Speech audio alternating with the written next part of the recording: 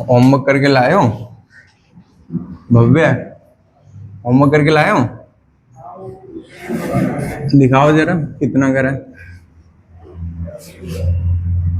MCQ करे हैं? ये थोड़ी था होमवर्क। लिखने वाला अच्छा, एक भी नहीं करा ना, मतलब चलो तीनों खड़े हो जाओ। चलो शाबाश, ऐसी मेहनती काम करते रहो, ऐसी ग्रोथ होगी बढ़िया।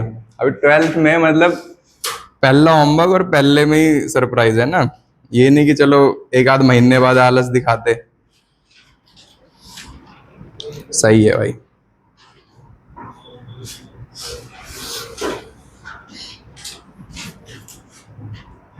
क्वेश्चन क्लास में डिस्कस करे थे ना, तो फिर तुम्हें ये कैसे रीजन दे रहे हो कि हो नहीं रहे थे?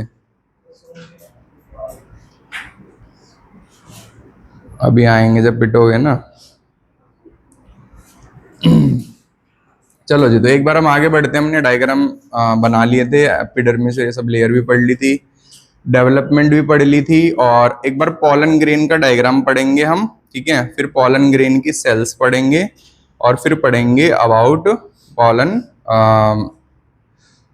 पॉलन ग्रेन्स के बाद पढ़ेंगे 2 टाइप्स ऑफ पॉलन ग्रेन्स के बारे में। तो फिलहाल तो हम पढ़ेंगे structure of male gametophyte, structure of male gametophyte या 2 सेल स्ट्रक्चर, ठीक है। तो ये वर्ड मैं क्यों लिख रहा हूं भाई, ताकि तुम्हें ये समझ में आ जाए भव्य कि कौन से क्वेश्चन का डायग्राम है, ठीक है। जब क्वेश्चन पढ़ोगे तो उसमें लिखा होगा 2 सेल स्ट्रक्चर ड्रॉ करो। तो हमने लास्ट क्लास में ये पढ़ा था कि जो पॉलन मदर सेल होती है, पॉलन मदर सेल हमने कहाँ देखी थी? एंथर में, है ना। तो एंथर में क्या देखा था हमने देखा था कि जो एंथर होता है वो बाइलोब्ड होता है। कैसा होता है? बाइलोब्ड होता है। इसमें थीका होती है, ठीक है, और थीका के अंदर पॉलन सैक होता है। पॉलन सैक के अंदर पॉलन मदर सेल होती है। पॉलन मदर सेल जो होती है वो क्या बनाती है? पॉलन ग्रेन बनाती है, ठीक है।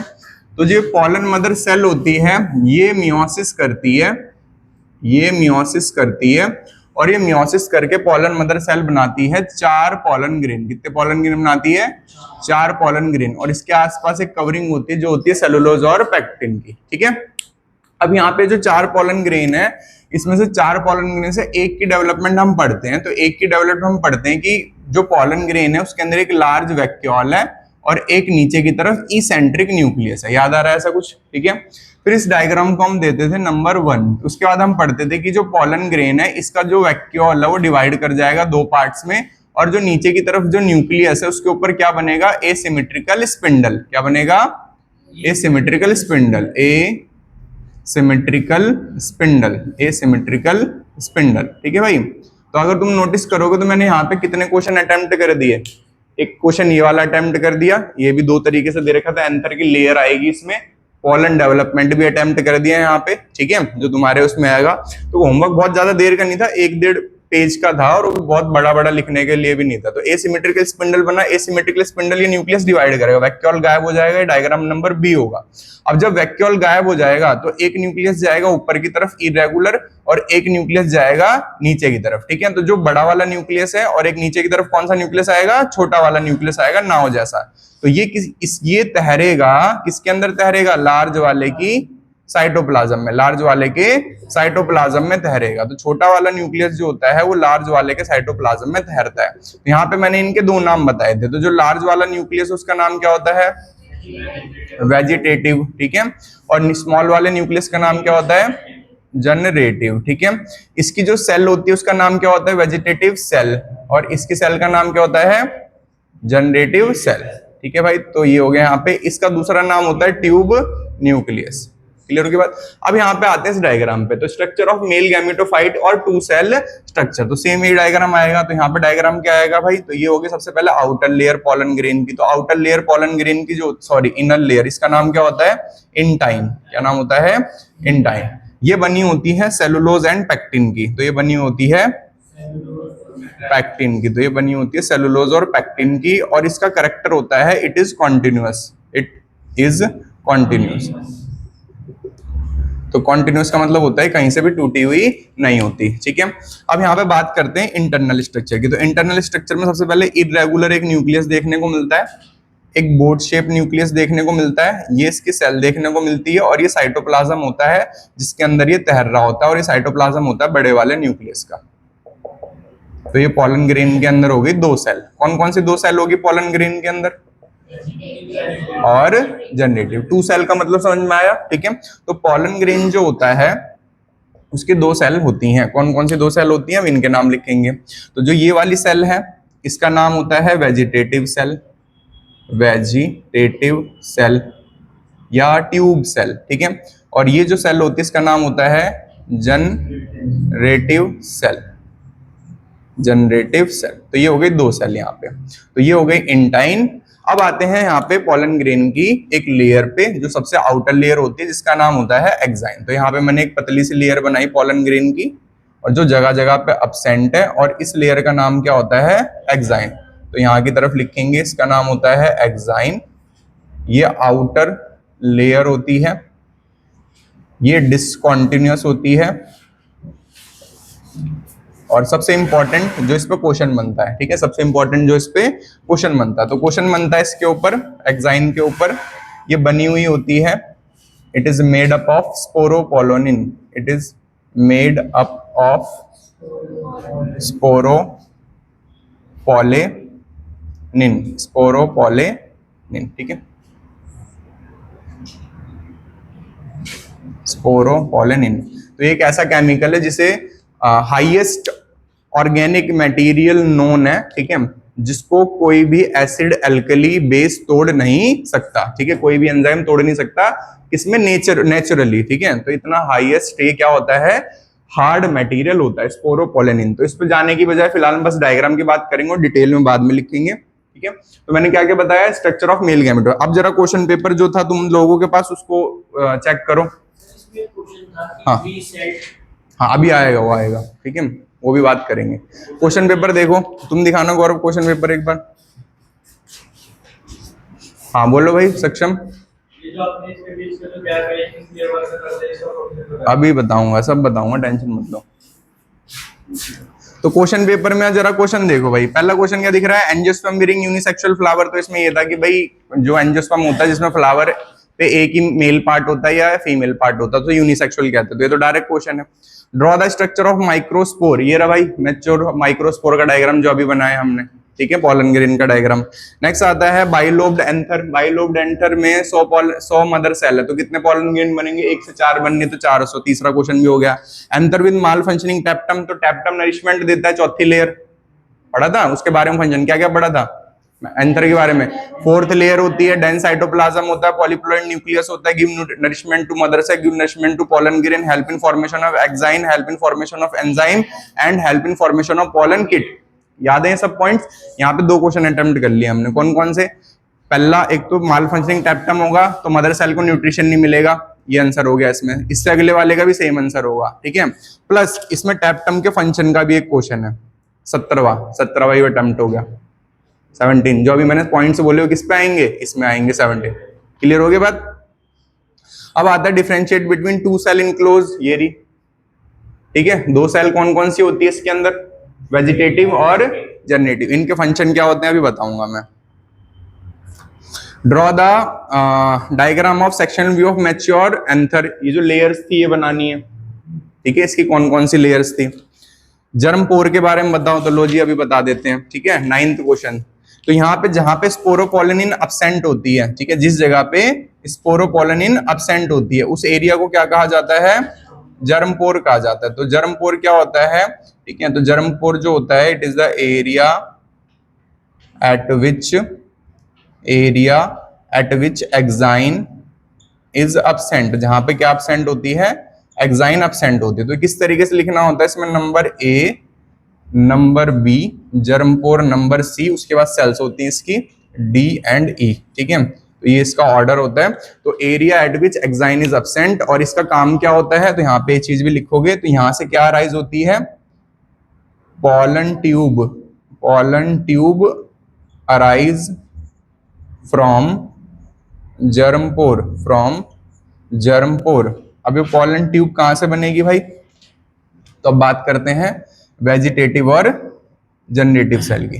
ठीक है भाई, तो जो वेजिटेटिव और जनरेटिव सेल हैं, इसमें वेजिटेटिव सेल का दूसरा नाम होता है ट्यूब सेल, और ये बनवाती है पॉलन ट्यूब, और ये मदद करता है फर्टिलाइजेशन में। ठीक है, इसलिए यहां से पॉलन ट्यूब जो निकलेगी वो निकलेगी जर्म पोर से। अब आगे क्वेश्चन को डिस्कस करते हैं। देखो ये बता दिया, नेम द। अब आते हैं नेक्स्ट क्वेश्चन पे, क्वेश्चन नंबर 6 देखो एक बार।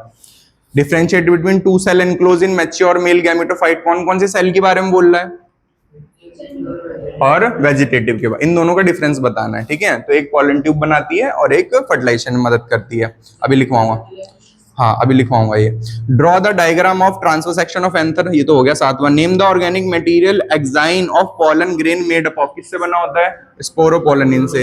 How it is material advantage to pollen grain, it is the highest resistant material, no acid no alkali can degrade it. ये सब लिखवाना है।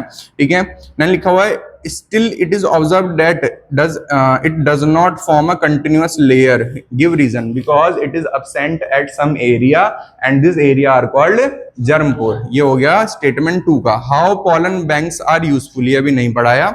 explain the function of germ pore पढ़ा दिया। 9th 10th question, draw a diagram of sectional view of enlarged view। enlarged view में layer बनानी है सिर्फ। ठीक है, वो डायग्राम हो गया। Describe the structure of 3 cell pollen grain. तो अब जरा इस क्वेश्चन की बात करते हैं। ठीक है जी, तो अब जरा यहाँ पे ध्यान दो। देखो जो पॉलन ग्रेन है वो किसके अंदर भरे हुए हैं, एंथर में। किसमें भरे हुए हैं, एंथर में। तो एंथर में जो पॉलन ग्रेन भरे हुए हैं उनके अंदर कितनी सेल है, 2 सेल। कितनी सेल है, 2 सेल। ये बात सबको क्लियर होगी, कितनी सेल है, 2 सेल। अब यहाँ पे जो ये पॉलन ग्रेन है, जब यहां से निकलेंगे और ये जाके गिरेंगे किसके ऊपर, सुटेबल स्टिग्मा के ऊपर। कहां गिरेंगे, सुटेबल स्टिग्मा। सुटेबल स्टिग्मा मतलब इनकी बिरादरी की जो होगी, अमरूद अमरूद आम आम।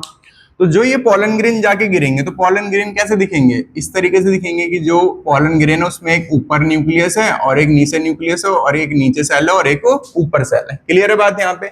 तो ये जो पॉलन ग्रेन निकला है, निकलने के लिए वर्ड लिखा जाता है शेड। क्या लिखा जाता है, शेड। तो पॉलन ग्रेन जो शेड हुआ है वो कितनी सेल स्टेज पे शेड हुआ है, कितनी सेल स्टेज पे शेड हुआ है, मतलब पॉलन ग्रेन में कितनी सेल है जब वो बाहर निकला है, 2 है ना। तो 60% एंजियोस्पर्म में, ठीक है, कितने परसेंट एंजियोस्पर्म में, 60% एंजियोस्पर्म में, 60% एंजियोस्पर्म्स में पॉलन ग्रेन जो होता है शेड करता है। पॉलन ग्रेन जो होता है वो शेड करता है एट 2 सेल स्टेज। कितने पे करता है, 2 सेल स्टेज पे। ठीक है, एट 2 सेल स्टेज। ठीक है, पर 40% के अंदर 3 सेल पे करता है। इसका क्या मतलब है भाई, ये भी जरा समझते हैं। तो देखो पहले इसके बाद होगा क्या वो समझो, फिर तुम्हें 3 सेल समझ में आएगा। तो क्या होगा जरा उस चीज को ध्यान देते हैं। थोड़ी देर के लिए बंद कर देते हैं, ज्यादा ठंडा लग रहा है। तो क्या होता है देखो, इसके बाद यहाँ पे जो ऊपर वाली सेल है ये वाली, ठीक है, ये बनाएगी पॉलन ट्यूब। क्या बनाएगी, पॉलन ट्यूब। तो मैं इसे इरेज कर रहा हूं और यहाँ पे मैं बना रहा हूं पॉलन ट्यूब। तो ये मैंने बनाई यहाँ पे पॉलन ट्यूब। तो ये पॉलन ग्रेन था और ये जर्म पोर से क्या बन गई, पॉलन ट्यूब। ये जर्म पोर से बन गई पॉलन ट्यूब और ये आ गई फीमेल पार्ट तक जहां पे ये जाके फर्टिलाइजेशन में मदद करेगी। ये बन गई पॉलन ट्यूब। जो ये पॉलन ट्यूब है, जो ये पॉलन ट्यूब है, इस पॉलन ट्यूब के अंदर हमें देखने को मिलेगा कि जो ये बड़ा वाला न्यूक्लियस है ये तो डीजनरेट हो गया, मतलब ये खत्म हो गया। पॉलन ट्यूब बनाने के बाद ये सेल भी खत्म हो जाती है और इसका न्यूक्लियस भी खत्म हो जाता है। तो सिर्फ कितना न्यूक्लियस देखने को मिलना चाहिए इसके अंदर, मतलब एक। कितना न्यूक्लियस देखने को मिलना चाहिए, एक। पर यहाँ पे हमें देखने को मिलते हैं 2 न्यूक्लियस। कितने न्यूक्लियस देखने को मिलते हैं, 2। तो मतलब जनरेटिव वाला जो होता है ये दोबारा डिवाइड कर जाता है। ठीक है, ये क्या कर जाता है, दोबारा डिवाइड कर जाता है और 2 न्यूक्लियस बना देता है। कितने बना देता है, 2 न्यूक्लियस बना देता है। ठीक है, तो यहाँ पे अब तुम्हें समझ में आया कि 3 सेल कैसे बनती है। अब दोबारा बताता हूँ। तो क्या होता है, 40% के अंदर जब पॉलन ग्रेन बाहर निकलता है और जाके कहां गिरता है, सुटेबल स्टिग्मा पे, तो सुटेबल स्टिग्मा पे जब गिरता है तो देखने को मिलता है कि पॉलन ग्रेन के अंदर एक तो ऊपर की तरफ आएगा कौन सा, वेजिटेटिव, और नीचे की तरफ कौन सा है, वो पहले से ही दो में डिवाइड हो रखा है, पहले से ही दो में डिवाइड हो रखा है। जनरेटिव नॉर्मली कब डिवाइड करता है, जब पॉलन ट्यूब बनती है, पर 40% एंजियोस्पर्म के अंदर देखने को मिलता है कि जनरेटिव पहले से कितने न्यूक्लियस में डिवाइड हो रखा है, दो में। तो 40% एंजियोस्पर्म में पॉलन ग्रेन शेड करता है 3 सेल स्टेज में। कितने में करता है, 3 सेल स्टेज में। और 60% में करता है पॉलन ग्रेन, तो इन 40% एंजियोस्पर्म पॉलन ग्रेन शेड करता है एट 3 सेल स्टेज। ठीक है, तो यहाँ पे दोनों का सम 120 आना चाहिए, 4 तिया 12 और 6 दूनी 12। ठीक है, क्लियर होगी बात यहाँ पे, मतलब समझने के लिए बता रहा हूँ ताकि गलत ना हो। वही 120 आना चाहिए, अगर तुमने गलत लिख दिया एग्जाम में, यहाँ तो चले यहाँ पे कुछ और लिख दिया नंबर। ठीक है, तो इन दोनों का सम कितना आएगा, 120। ये 120 वर्ड इसलिए बता रहा हूँ क्योंकि नीट में क्वेश्चन भी आया हुआ है, इसको बस इसी स्टेटमेंट को उन्होंने न्यूमेरिकल फॉर्म में पूछ रखा है। ठीक है, तो उसमें 120 वर्ड लिखा हुआ है, तो तुम्हें समझ में आ जाएगा कि क्या बोला है मैंने। ठीक है, क्वेश्चन में यूं बोल रखा है कि पॉलन ग्रेन शेड करते हैं 2 सेल स्टेज पे, ठीक है, और 40% में पॉलन ग्रेन शेड करते हैं 3 सेल स्टेज में। ठीक है, अगर इसे हम न्यूमेरिकली बोलें, अगर हम इसे न्यूमेरिकली बोलें तो क्या रेशो आएगी, 120 120 60 60। ठीक है, ऐसे करके ऑप्शन दे रहेगा, तो आंसर क्या आएगा उसका, 120 120, क्योंकि 60 multiply by 2 120, 40 multiply by 3 is 120। तो मैंने उसको उन्होंने क्वेश्चन फॉर्म में लिख रखा है, और उसके 4 ऑप्शन बना रखे हैं, 120 120 60 60 40 40 और 0 0, ऐसे करके बना रखा है उन्होंने। तो आंसर क्या आएगा, 120 120। ठीक है, क्लियर है भाई। चलो, तो एक बार हम इसको पहले ड्रॉ कर लो, बैठ जाओ सबके सब। नेक्स्ट क्लास में जो है फिर दोबारा क्वेश्चन करके लेके आओगे, तुम्हें तो होमवर्क पूरा ही करना दोबारा, तुम तो 2 बार करके लेके आओगे। ठीक है, क्योंकि तुमने बिल्कुल ही ऐसा स्टेटमेंट बोली कि तुमने बिल्कुल समझ में नहीं आया क्वेश्चन तुम्हें, है ना। एक इतने तरह से क्वेश्चन भी नहीं थे कि जो समझ में ही ना आए, और इतना होमवर्क भी नहीं। कितना होमवर्क है देखना करो, 1 पेज का है ये मुश्किल से, क्योंकि कोई क्वेश्चन उसमें 2 बार है, दोबारा नहीं करने हो। उसमें तुम्हें क्या लिखना है कि इसमें ये सेम है। ठीक है, तो ढंग से करके लेके आओगे नेक्स्ट क्लास में। और छुट्टी भी थी तो संडे की, तो अभी फिर भी नहीं करा तुम लोगों ने, गलत है भाई। ऐसे तुम्हें क्वेश्चन एक तो बकायदा मैं छाट के दे रहा हूँ, है ना। हाँ, 2 में डिवाइड हो जाती है, फिर ये आगे जाके न्यूक्लियस फर्टिलाइज करते हैं। और जो वेजिटेटिव सेल जो 40% निकलती है, 40% वेजिटेटिव सेल है वो निकलती है, और नहीं 40% नहीं, इन 40% एंजियोस्पर्म, मतलब वेजिटेटिव इस दुनिया में 100% एंजियोस्पर्म है, 60% के अंदर पॉलन ग्रेन में सिर्फ वेजिटेटिव और जनरेटिव देखने को मिलती है, और 40% में वेजिटेटिव और जनरेटिव देखने को मिलती है, पर जनरेटिव में 2 न्यूक्लियस देखने को मिलते हैं। वर्ड समझ में आया क्या हो रहा है, नहीं आया तो पूछ लो, कोई दिक्कत नहीं है। आया समझ में, सक्षम क्या हुआ, पहले ये डायग्राम बना लो फिर आगे की बातें बताएंगे।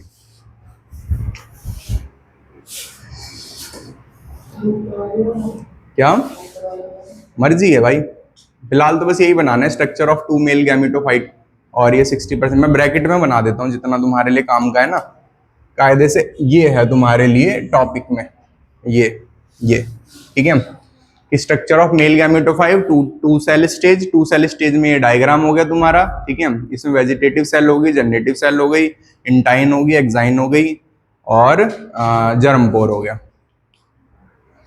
हाँ, शेड वाला देखो, शेड वाला मैंने ये बताया कि पॉलन ग्रेन जब मैच्योर हो जाता है तो उसके अंदर 2 सेल होती हैं, जनरेटिव और वेजिटेटिव। ठीक है, तो मतलब इससे ज्यादा तो कुछ हो ही नहीं सकता इसके बाद। तो इसके बाद पॉलन ग्रेन निकलेगा और जाके कहाँ गिरेगा, स्टिग्मा पे। कहाँ गिरेगा, स्टिग्मा पे जब गिरेगा तो जो ये पॉलन ग्रेन है वो कितनी सेल में गिरा, 2 सेल में। तो 60% इस दुनिया में जितने भी एंजियोस्पर्म है उसमें से 60% के अंदर तो पॉलन ग्रेन कितनी सेल में निकलता है, 2 ही में। वो मैंने बता दी कौन कौन सी होती है। पर 40% के अंदर जो ये जनरेटिव पॉलन ट्यूब बनने के बाद 2 न्यूक्लियस बनाने वाला था, वो पहले से ही बने हुए होते हैं। ठीक है, तो इस चीज को समझने के लिए पहले कैसे समझा जाता है, समझा जाता है पॉलन ग्रेन निकला, साथ साथ बोलोगे, पॉलन ग्रेन निकला जाके गिरा स्टिग्मा पे, जनरेटिव ने बनाया 2 न्यूक्लियस, और वेजिटेटिव ने बनाई पॉलन ट्यूब। क्लियर होगी बात यहाँ पे। अब जो ये पॉलन ग्रेन था ये कितने सेल में गिरा था, 2 सेल में। कितने में गिरा था, 2 सेल में।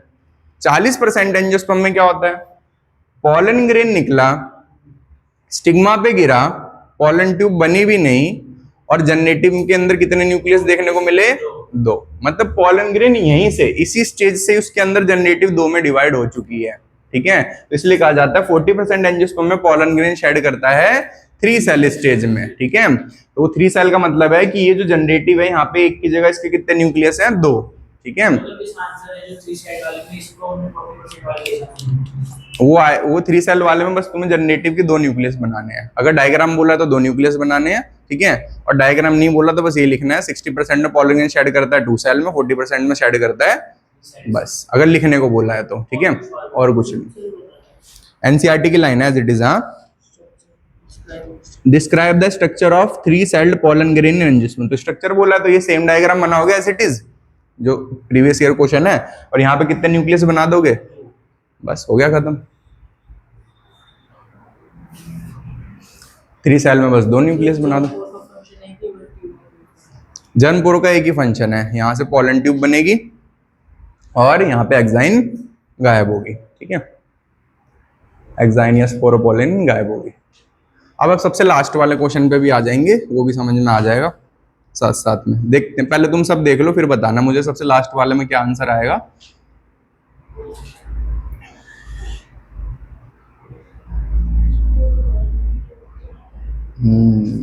बाकियों को भी सोचने दो।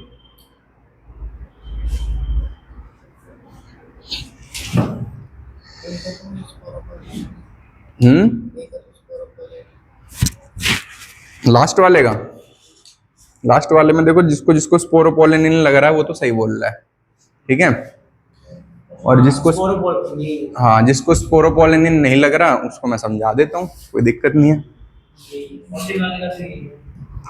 पहले ये लिखने वाला कर लो काम, डायग्राम बना लो जल्दी से।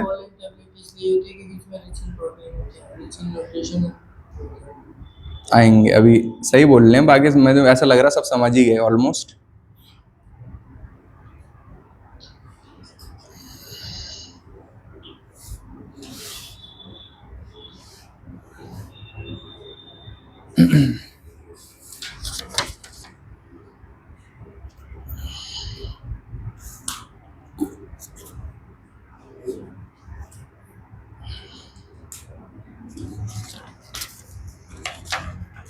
एक बार हो जाए तो बताना सब।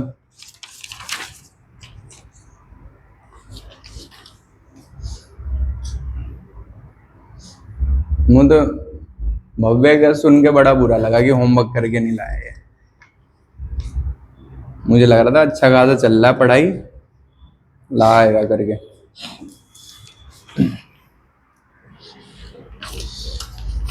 थोड़ा इधर होके बैठो, बस हो गया भाई। इरेज कर दिया जाए, चलो तो एक बार इसे इरेज करते हैं। तो ये वाला जो डायग्राम है, ये वाला जो डायग्राम है इसमें मैंने क्या बताई? पॉलन डेवलपमेंट बताई, जो ऑलरेडी हम पढ़ चुके हैं लास्ट क्लास में। ठीक है, तो इस वाले डायग्राम को मैं इरेज कर रहा हूं। ये जो डायग्राम है मैंने इसमें बताया कि पॉलन ग्रेन जब निकलता है तो उसके बाद पॉलन ट्यूब बनाता है। ठीक है, 60% और 40% पे मैंने ये बताया है कि जो पॉलन इस दुनिया में एंजियोस्पर्म है उसके अंदर पॉलन ग्रेन 60% के अंदर ऐसे पाए जाते हैं, 40 के अंदर ऐसे पाए जाते हैं। जिसको नहीं समझ में आ रहा पूछ लेना ये चीज। ठीक है, ऐसा नहीं होना चाहिए कि तुम्हें आया नहीं। अब आता है पॉलन ग्रेन का डायग्राम। इसमें मैंने क्या बताया? पॉलन ग्रेन के डायग्राम में कि जो न्यूक्लियस होता है एक छोटा होता है एक बड़ा होता है।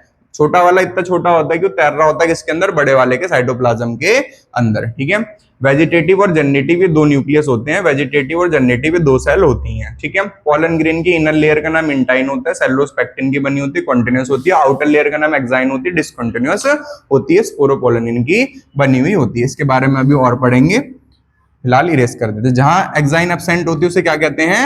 जर्मपोर कहते हैं। ठीक है,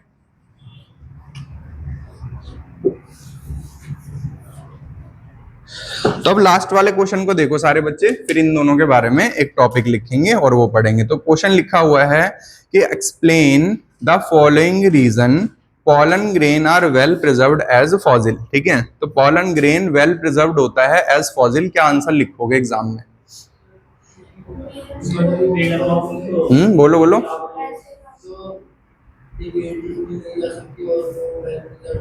देखो ये यूं कहना चाह रहा है, इसको पहले हिंदी समझो इस क्वेश्चन की। यूं कह रहा है कि पॉलन ग्रेन जो होते हैं वो कुछ प्रजाति के ज्यादा समय तक जिंदा रह पाते हैं, ठीक है। तो उसी को ये क्या कह रहा है, pollen grain is well preserved as, इसका मतलब ये नहीं कि हजार हजार साल पुराने होते हैं, ऐसा नहीं है। वो यूं कह रहा है कि पॉलन ग्रेन कुछ प्रजाति के कुछ महीने तक जिंदा रह जाते हैं, ठीक है। तो उसका कारण ये है because pollen grain have outer layer called sporopollenin. इसका आंसर कैसे शुरू होगा, because pollen grain have an outer layer called, ठीक है, या एक्साइन, ठीक है। तो exine which is made up of sporopollenin and it is the highest resistant material known. Clear होगी बात यहाँ पे, तो इसका आंसर होगा ये। इसके बाद लिखा हुआ pollen tablet are use by people these days, तो ये अभी आगे बढ़ाऊंगा क्योंकि पॉलन ग्रेन न्यूट्रिशियस भी होते हैं, ठीक है। तो अब तुम्हें ये वाला क्वेश्चन समझ में आ गया होगा, pollen grain well preserved as fossil का मतलब क्या है, ठीक है। उसके ऊपर एक्साइन होती है, तो एक्साइन की ही वो स्टेटमेंट है। तो अब तुम्हारा एक क्वेश्चन है इसका, और उसी क्वेश्चन का मैं आंसर भी लिख रहा हूं, ठीक है। तो सेम वही लैंग्वेज लिख रहा हूं। क्वेश्चन की लैंग्वेज है differentiate between two cell enclosed in a mature male gametophyte, question number 6। तो यही टॉपिक का नाम है, ठीक है, यही टॉपिक का नाम है जो पढ़ने जा रहे हैं। तो टॉपिक का नाम है डिफरेंशिएट बिटवीन, ठीक है, लैंग्वेज यही लिख रहा हूं प्रीवियस ईयर की ताकि याद रहे। तो differentiate between the two cells enclosed in mature male gametophyte,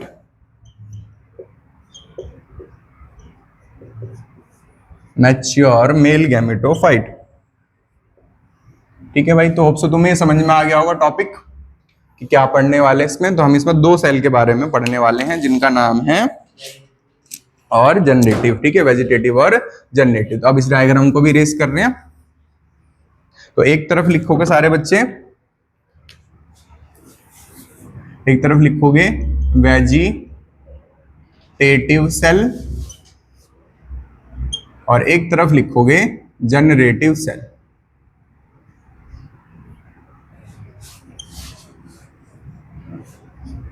vegetative का दूसरा नाम लिखोगे तो क्या होता है, वेजिटेटिव का दूसरा नाम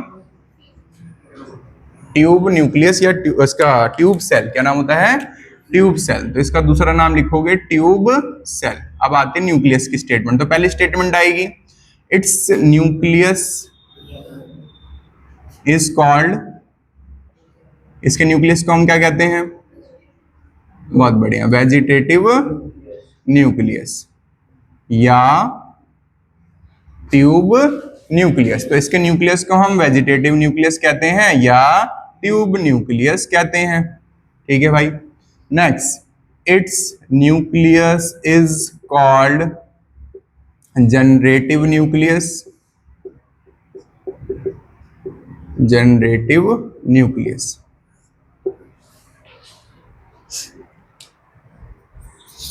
ये दोनों के दोनों कैसे होते हैं, हैप्लॉइड होते हैं। कैसे होते हैं, हैप्लॉइड होते हैं। तो दोनों के ब्रैकेट में लिखा जाएगा N, बिकॉज ये मियोसिस प्रोसेस से बने हैं, ठीक है।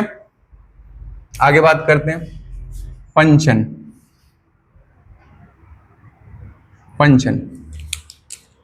It help in formation of, बोलो जी, इट हेल्प इन फॉर्म, आगे बताओ ना, it help in formation of, बोलो भाई, it help in formation of pollen tube, ठीक है। वेजिटेटिव सेल क्या बनवाती है, pollen tube. It help in formation of pollen tube. अब आते हैं इसके फंक्शन पे। It form two male nuclei, ठीक है। हाँ, क्या लिखते हैं, टू मेल न्यूक्लियाई या न्यूक्लियस भी लिख सकते हो, विच हेल्प इन, किस चीज में मदद करेंगे, फर्टिलाइजेशन, ठीक है, वो फर्टिलाइजेशन में मदद करेंगे। Which help in fertilisation, which help in fertilisation. Next note, its nucleus is irregular and large.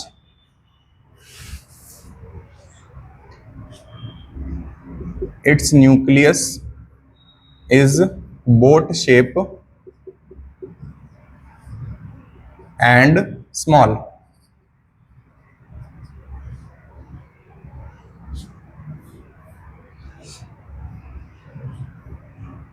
this cell float inside cytoplasm of, बताओ जी, ऑफ वेजिटेटिव सेल। बढ़िया, हो गया। ये हो गई इनकी स्टेटमेंट कि क्या क्या होता है इनके बारे में। अब आते हैं एक डायग्राम पे जो इनके बीच में बना देंगे ताकि याद रहे। चलो जी, तो डायग्राम क्या कहता है यहाँ पे, एक हैगी स्टिग्मा, एक हैगी स्टाइल, और ये लास्ट में हैगी ओवरी। ठीक है, इस ओवरी के अंदर, स्टिग्मा स्टाइल ओवरी के अंदर हमें देखने को मिलता है ओव्यूल। क्या देखने को मिलता है? ओव्यूल। ठीक है, तो स्टिग्मा स्टाइल ओवरी के अंदर देखने को मिलता है ओव्यूल। ठीक है, ये बाद में अभी दोबारा पढ़ेंगे जब फीमेल आएगा। और इस ओव्यूल के अंदर होता है फीमेल गैमेट। क्या नाम होता है फीमेल गैमेट का? एम्ब्रियोसाइक। ठीक है, बार बार इसलिए बता रहा हूं क्योंकि भूल जाओगे।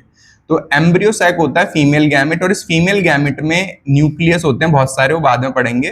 ठीक है, तो इसमें एक फर्टिलाइजेशन तो होती है यहाँ पे फर्स्ट पॉइंट पे, और एक फर्टिलाइजेशन होती है यहाँ पे सेकंड पॉइंट पे। ठीक है, इसलिए दो न्यूक्लियस बनते हैं। तो अब जरा इसको समझाते हैं। तो वेजिटेटिव सेल और जनरेटिव सेल का डायग्राम समझा रहा हूं मैं। तो यहाँ पे क्या हुआ, पॉलन ग्रेन गिरा, पॉलन ग्रेन गिरा तो उसके अंदर से निकली पॉलन ट्यूब, और पॉलन ट्यूब एंट्री कर गई इनसाइड द ओव्यूल।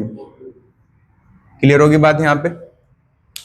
अब जो पॉलन ट्यूब थी इसके अंदर गए दो न्यूक्लियस, दो न्यूक्लियस जो थे, एक जाके फ्यूज करेगा इधर और एक जाके फ्यूज करेगा इधर। ठीक है, तो अब दोबारा स्टेटमेंट देखो सारी। Vegetative cell, tube cell, it nucleus is called vegetative nucleus, tube nucleus. It help in formation of pollen tube. Clear होगी बात? It nucleus is irregular and large. ठीक है, generative cell, generative cell nucleus is called generative nucleus. It form two male nuclei, it form two male nuclei. तो जरा इसको हम लिख देते हैं, ये क्या है यहाँ पे, टू मेल न्यूक्लियाई। तो ये हो गए टू मेल न्यूक्लियाई। ठीक है भाई, आगे इट हेल्प इन फर्टिलाइजेशन। कैसे? एक न्यूक्लियस नीचे, एक न्यूक्लियस ऊपर फर्टिलाइज करेगा। ठीक है, its nucleus is boat shape and small, and this cell float inside the cytoplasm of vegetative cell। Clear हो गया भाई? ठीक है, तो ये हो गया तुम्हारा आंसर उस क्वेश्चन का और तुम्हारा आज का टॉपिक। तो एक तो पहले हमने पढ़ा पॉलन ग्रेन का डायग्राम, उसके बाद पढ़ा इसके बारे में। तो एक बार जल्दी से इसके बारे में याद कर लो और सुनाओ। हाँ, एक चीज और लिखनी है यहाँ पे कि जो इसका न्यूक्लियस होता है, नोट में लिखेंगे, ट्यूब न्यूक्लियस जो होता है वो डीजनरेट हो जाता है। Tube nucleus get degenerate after pollen tube formation। तो pollen tube formation के बाद ये डीजनरेट हो जाता है, मतलब डैमेज हो जाता है, तो इसका न्यूक्लियस नहीं रहता।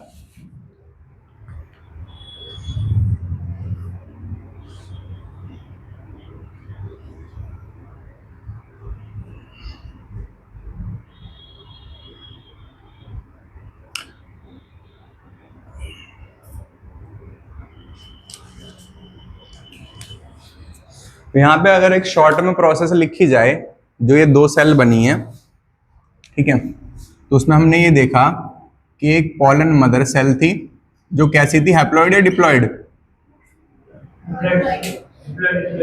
डिप्लॉइड। स्पोरोफाइट या गैमेटोफाइट? स्पोरोफाइट। तो मतलब ये कैसी होगी? 2n। कैसी हो गई? 2n। ये पॉलन मदर सेल कौन सी प्रोसेस में जाएगी? मियोसिस। बहुत बढ़िया। तो मियोसिस में ये बनाएगी पॉलन ग्रेन। क्या बनाएगी? Pollen grain. कैसे होंगे? हैप्लॉइड। कैसे होंगे? अभी जो पॉलन ग्रेन थे, इस पॉलन ग्रेन में जो इसका न्यूक्लियस था वो कैसे डिवाइड करेगा? अनइक्वली, है ना, माइटोसिस से। कैसे डिवाइड करेगा? माइटोसिस से तो यहाँ पे डिवाइड करेगा अनइक्वली, ठीक है, डिवाइड करेगा अनइक्वली बाय माइटोसिस से। और यहाँ पे कितने न्यूक्लियस बन गए? 2, एक ऊपर की तरफ और एक नीचे की तरफ, और ये सेल हो गए इसके, और ये साइटोप्लाज्म हो गया। अब जो ये नीचे वाला न्यूक्लियस है ये दोबारा डिवाइड करेगा, और वो भी कौन सी प्रोसेस से करेगा? माइटोसिस से। तो कायदे से कितनी माइटोसिस हुई यहाँ पे?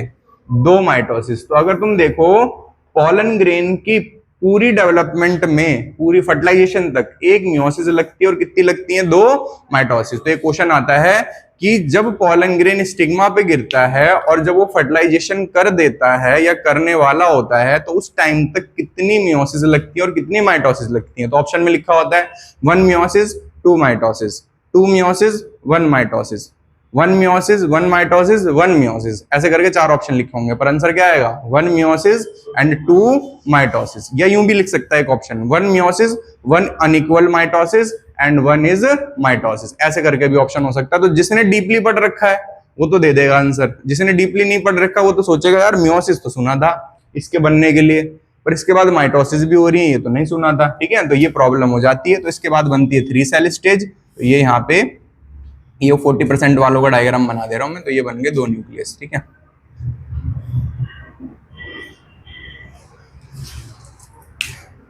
तो ये था यहाँ पे माइटोसिस कितनी होती हैं और मियोसिस कितनी होती हैं। वैसे मैं पहले क्वेश्चन पूछता था कि बताओ एक पॉलन ग्रेन की पूरी डेवलपमेंट में फर्टिलाइजेशन तक कितनी माइटोसिस और कितनी मियोसिस हुई हैं। तो 1 मियोसिस और 2 माइटोसिस होती हैं, ठीक है। तो ये हो गया यहाँ पे 60% और 40% वाली स्टेटमेंट मैंने बताई थी। पॉलन ग्रेन का डायग्राम भी बता दिया है। अब बात करते हैं लेयर्स ऑफ पॉलन ग्रेन की, ठीक है, एक्साइन और इंटाइन के बारे में। तो एक्साइन के बारे में ही लिखेंगे, इंटाइन के बारे में लिखने की जरूरत नहीं है। तो क्वेश्चन जरा दिखाओ, वही क्वेश्चन लिख के फिर लिखेंगे। पेपर दिखाना भाई।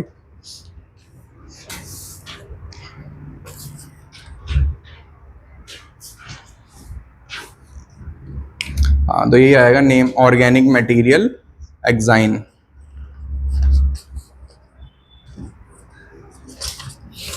ये हो गया। पहले एक बार जरा इसके बारे में सुना दो सारे बच्चे, फिर आगे बढ़ते हैं।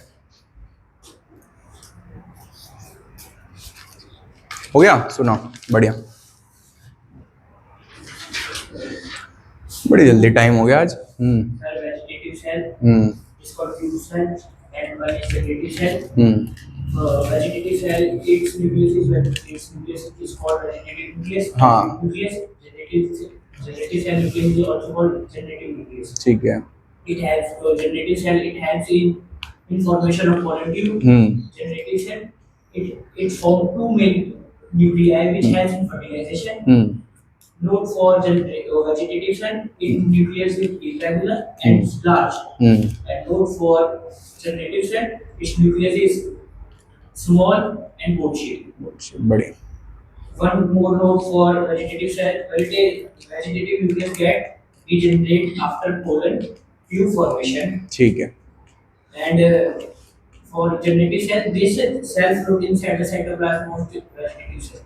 ठीक है। ये इसमें जब भी एग्जाम में लिखोगे तुम्हें ये मैंने जो नोट करके लिखवा रखा है, जरूरी नहीं है कि तुम इसे पॉइंट मार्क करो कि फंक्शन है या ये है, वो तुम्हें खुद सोचना है कि तुमसे क्वेश्चन क्या पूछ रहा है। अगर तुमसे सिर्फ बोला है कि डिफरेंशिएट करो दोनों के बीच में, तो तुम इसके 1 2 3 4 पॉइंट बना दोगे, ठीक है, और उसमें कहीं भी नहीं लिखोगे कि ये फंक्शन है ये क्या है, ठीक है। पर अगर तुमसे वो बोल रहा है कि बताओ फंक्शन बताओ दोनों का, तो तुम सिर्फ स्पेसिफिकली किस पे ध्यान दोगे? फंक्शन पे ध्यान दोगे, ठीक है। तो तुम्हें क्वेश्चन के हिसाब से सोचना है कि इसमें से हमें कितने पॉइंट लिखने हैं, और नंबर के हिसाब से सोचना है। चलो जी, आकृति सुनाओ। सही है, बाकी बढ़िया।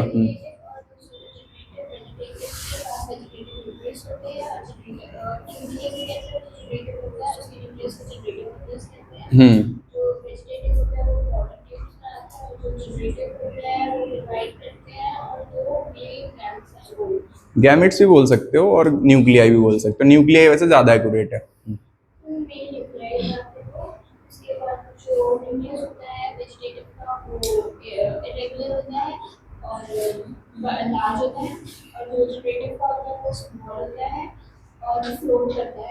इनसाइड द साइटोप्लाज्म ऑफ, हाँ, इसमें तुमने ये नहीं बोला कि फर्टिलाइजेशन में मदद करते हैं 2 मेल न्यूक्लियाई, ठीक है। हाँ सुनाओ। वेजिटेटिव सेल जो होते हैं उसके न्यूक्लियस को वेजिटेटिव न्यूक्लियस बोलते हैं। और ये फॉर्मेशन करता है पॉलन ट्यूब की। और ये इसका जो न्यूक्लियस होता है इरेगुलर होता है और क्या होता है लार्ज होता है और ये डीजनरेट हो जाती है आफ्टर पोलन ट्यूब फॉर्मेशन के बाद जनरेटिव सेल होती है उसके न्यूक्लियस को बोलते हैं जनरेटिव न्यूक्लियस।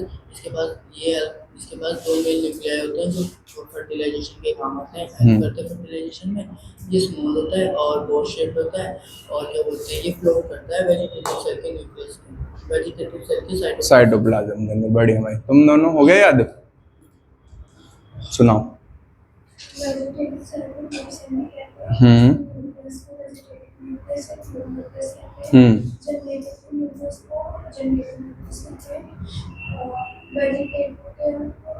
पॉलन ट्यूब में फॉर्मेशन में मदद करता है और जनरेटिव ट्यूब में न्यूक्लियाई आता है जो फर्टिलाइजेशन में हेल्प करेंगे। ठीक है। वेजिटेटिव लार्ज होता है और इरेगुलर होता है, जनरेटिव लोड शेप होता है और स्मॉल होता है। ठीक है। जनरेटिव सेल वेजिटेटिव सेल के साइटोप्लाज्म में फ्लोट करती है और जो वेजिटेटिव सेल के ट्यूब सेल होते हैं वो डिसअपीयर डीजनरेट हो जाता है, न्यूक्लियस भी और सेल भी। ठीक है। भव्य, तुम सुनाओ सक्षम जब तक, फिर तुम्हारा नंबर। ठीक है। वेजिटेटिव सेल होता है, its nucleus is called vegetative nucleus and tube nucleus. Nucleus is irregular and large shaped. और जनरेटिव न्यूक्लियस होता है, जब इसका न्यूक्लियस को बोलते हैं जनरेटिव न्यूक्लियस, उसका न्यूक्लियस बोर शेप होता है और स्मॉल होता है। वेजिटेटिव सेल में इट्स फॉर्म्ड पोलन ट्यूब और जो generate after pollen tube formation. ठीक है। Generative cell its formed tube nuclei male gametes help इन